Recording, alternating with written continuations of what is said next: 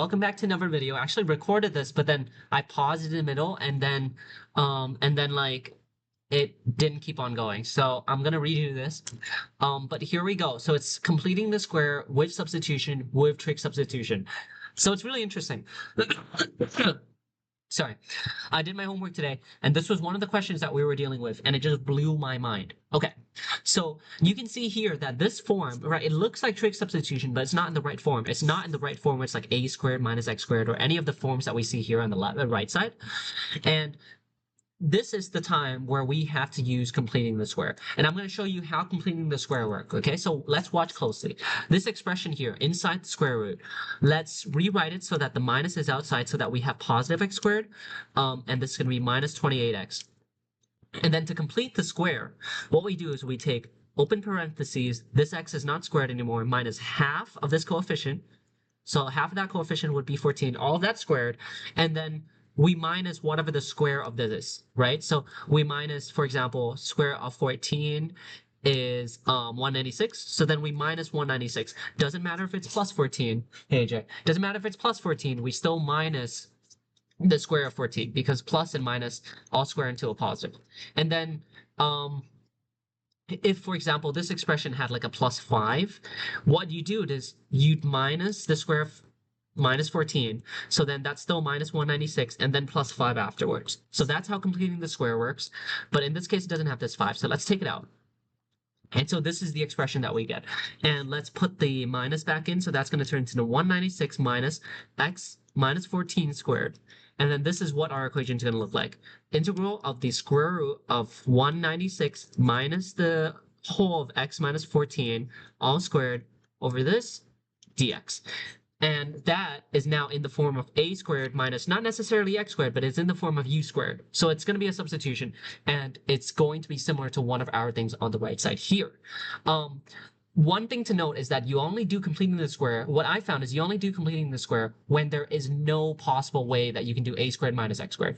So for example, there's this upper question here with this form, right? 1 over x squared and the square root of 4 minus x squared, right? It looks similar but different. But the thing is, because you still have a squared minus x squared here, you just do the normal substitution and put another, like, still sub whatever you're subbing here, sub that in here as well, and it still works out. It just works out. So unless you can't find that a squared minus x squared form or a squared minus u squared form, then you do completing the square. But in all other cases, just do substitution like normal. If you can see that a squared minus x squared, do substitution like normal.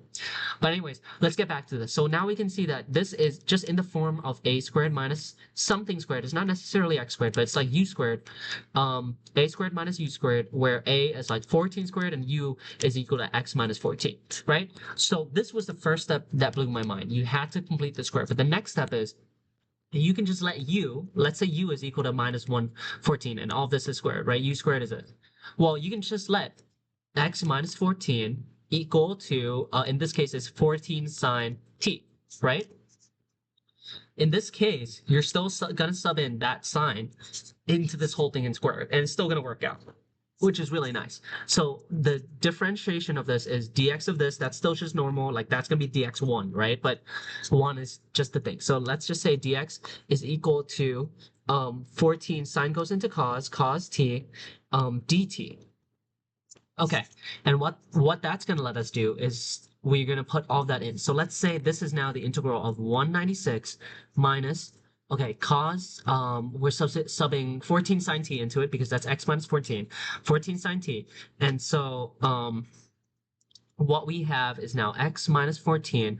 So then now we have 14 sine t all squared, and the square root of that, and obviously we replace dx as well because dx is here, and this is equivalent to dx. So we sub this into dx, and so now it's going to all be multiplied by 14 cos t dt. Okay, so now this is our expression. So this goes down to 196 minus 14 squared is 196 sine squared t, right? This is what it expands to. And we take 196 out of this, which is 1 minus sine squared t. So if you remember the identity where it's cos squared theta plus sine squared theta equals 1, well then cos squared theta is simply equal to 1 minus sine squared theta, which in this case, you see how it's completely equivalent. So we can sub cos squared theta into there. And so now that's 196 cos squared t. And then that's the square root of that, right? The integral is like that. And so what we're going to end up with is we're going to have the integral of 14, right? Square root of 196 is 14 multiplied by cos squared t is cos t. And remember the range that we're substituting here, t is equal to this. And so in this range, cos t is positive. So we don't have to worry about it being like negative cos t, because negative cos t squared is still cos squared t. But anyways, that, and then now we need to multiply with this. So now we're multiplying with 14 cos t. So it's the same thing. So that 14 goes to the front there. It turns to 14 squared. And that cos t multiplies into this cos t. And so now we have cos squared t. 14 squared cos squared t dt. Let's take the 14 out. So now we have 196, that's the square of 14, and cos squared t dt. In this case, we need to use the double angle identity of cos. Cos 2 theta equals 2 cos squared t minus, let's use theta, cos squared theta minus 1. Therefore, cos squared theta, what we're trying to sub with, is going to be equal to cos 2 theta plus 1 over 2. And so now we're going to have 186 integral of cos 2, whatever the value is, so it's going to be cos 2t, and it's going to plus 1, and it's all going to be over 2. Let's take this 1 over 2 out. So now we're timesing everything by 1 over 2, right? 196 over 2. And then now we have this, and this is all dt. So this is going to be quite simple now. The integral of this is going to just be 196 multiplied by 2, and then multiplied by the integrals of this. So the integral of cos 2t is going to be 1/2 sine 2 theta. Oh, I put theta there, but it should be t. Sine 2t, and that makes sense, right? Sine 2t differentiated would be 2 cos t. And so the 2 cancels, 1/2 has to compensate for that too. Plus 1 integrates into t. And all of this plus c. Okay, now all we have to do is sub in what t was. So if we remember, it was x minus 14 equals 14 sine t. I'm gonna look back up just to check. X minus 14 equals 14 sine t. Yes. So now all we have to do is find what t is in terms of x. So let's do this. So x minus 14 over 14 is equal to sine t. And if sine t is equal to x minus 14 over 14, then simply the inverse sine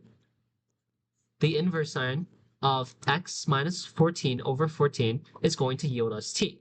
Okay, and therefore all we have to do is sub that all into the equation, and now we have 196 times over 2 multiplied by 1/2 sine, and 2 multiplied by, let's put it as arc sine, 2 arc sine x minus 14 over 14, and then plus, and then another, look, you see that t? Now we're subbing it into here again, so now it's going to be another arc sine x minus 14 over 14. And all plus c. So that's it. That's how you do it. And it just blew my mind today when I did the homework and I saw this, like you have to complete the square, then you can sub in a different thing and still use the trigonometric identity. So it's really cool. Okay, thank you guys for watching so much. See you guys in another video.